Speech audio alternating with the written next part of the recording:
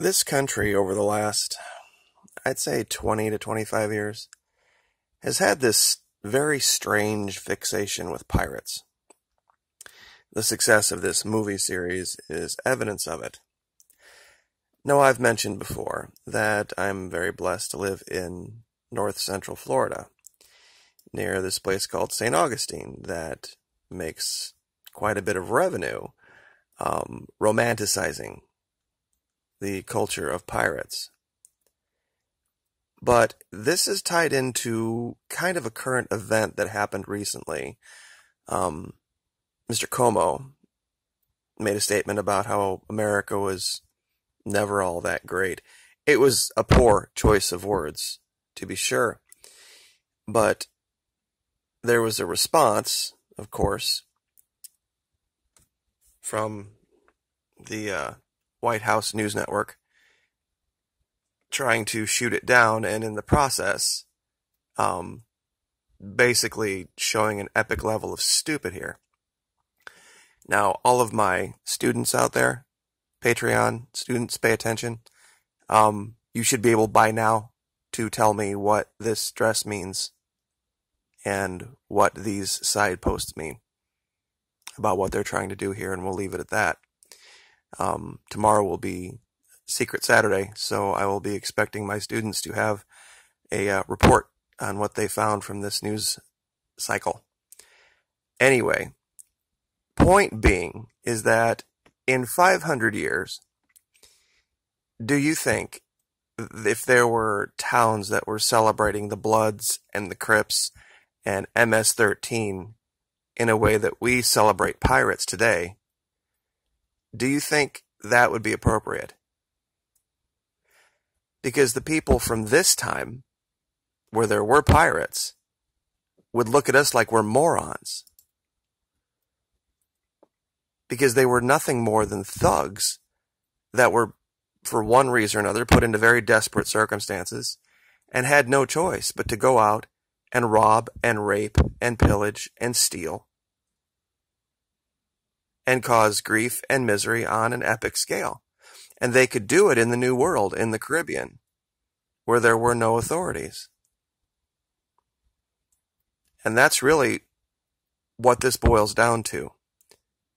When you lose civilization, and whether the government's a good government or a bad government, this is what happens. This was the entire point of the videos that I did, talking about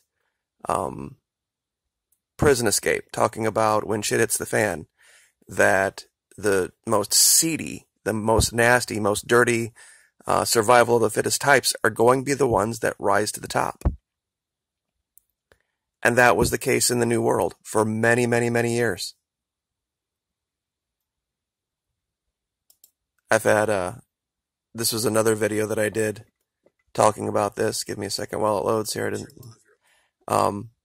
Talking about this same issue. That if you're out here in the middle of nowhere, sitting on top of an unsupported fire base, masking itself as a grocery store, unless you have at least a company of soldiers running round-the-clock guard duty with virtually unlimited amounts of weapons and offensive operations to secure your perimeter, you're screwed. And even the military knows this. That's why they don't put unsupported fire bases way out in the middle of nowhere with bunches of guys and stuff in that fire base that makes them a target, like paper goods and tons of canned goods and all of those survival supplies. One or two or three guys and a few pea shooters ain't going to get the job done. And if you think I'm kidding about what's going on in these prisons, this is coming up next week. This is what's going on when they have control, quote unquote, control. These riots. If there were a hiccup, a real hiccup, in either the power distribution network, or there was some kind of a issue where guards wouldn't show up, like a run on the banks or some problem with the economy, these places would collapse. And if you think they're just going to put everybody on lockdown, everybody has to cooperate. That's what I think a lot of you don't get. They do now because they're afraid of the teams that'll come in with the gas and all that. And by gas, it's not poison gas, it's tear gas.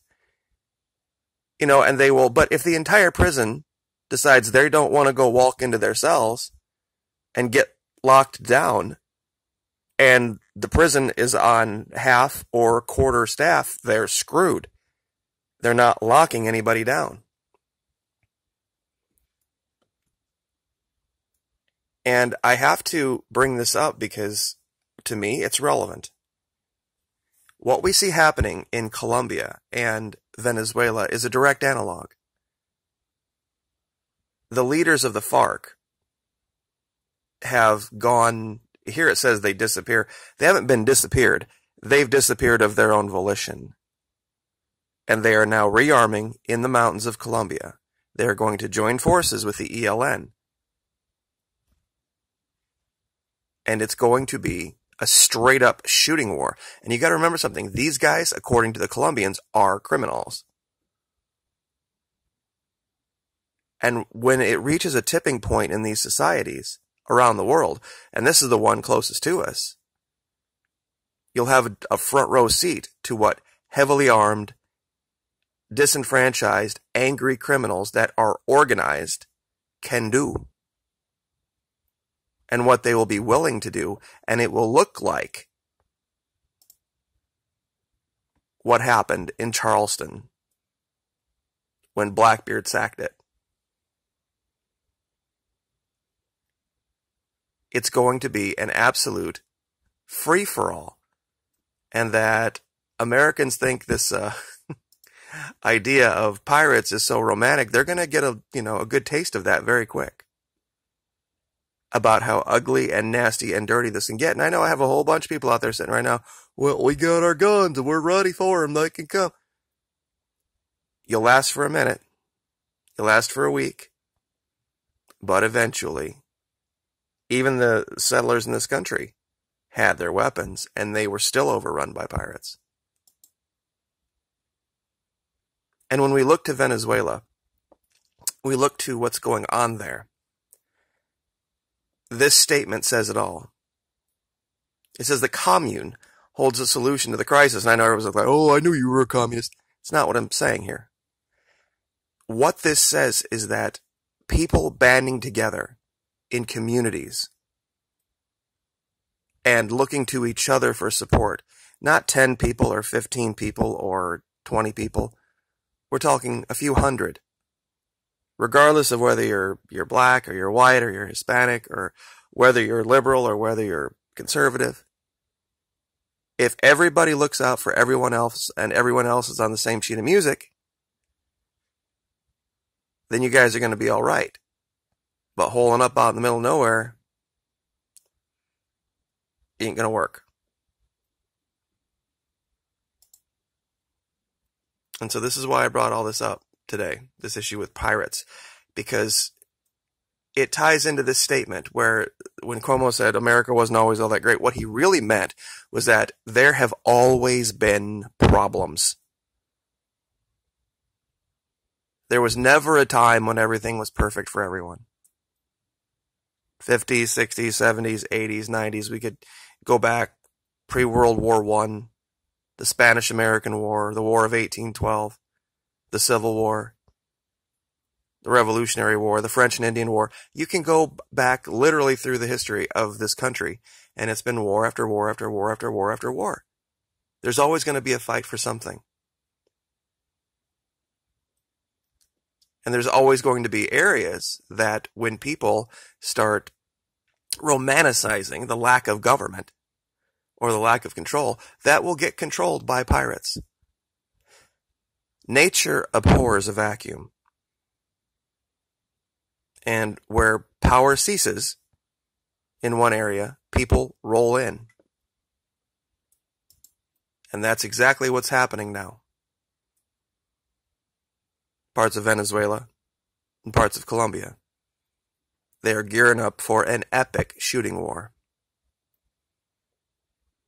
they haven't been able to stop these guys for 50 or 60 years when they were fully armed and looking for them and had $500,000 every year in financing from the U.S. What do they think is going to happen now that these guys are actually working together? And in this country,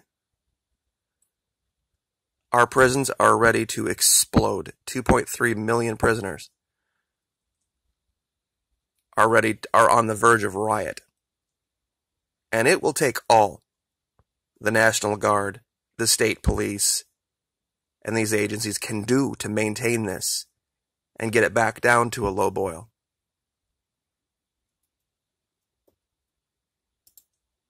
So this is what was really being spoken of.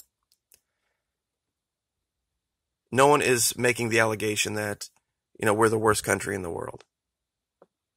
And the fact that this girl doesn't even know basic history